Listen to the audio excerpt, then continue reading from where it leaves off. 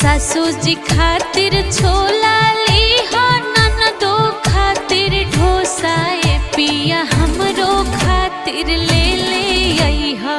चटनी समोसा, ए पिया हमरा खातिर ले ले आई हो चटनी समोसा। ओहि जे पहले चीख ली हो तीत होखे चोखा, ओहि जे पहले चीख ली हो तीत होखे चोखा, ए पिया हमरा खातिर ले ले आई हो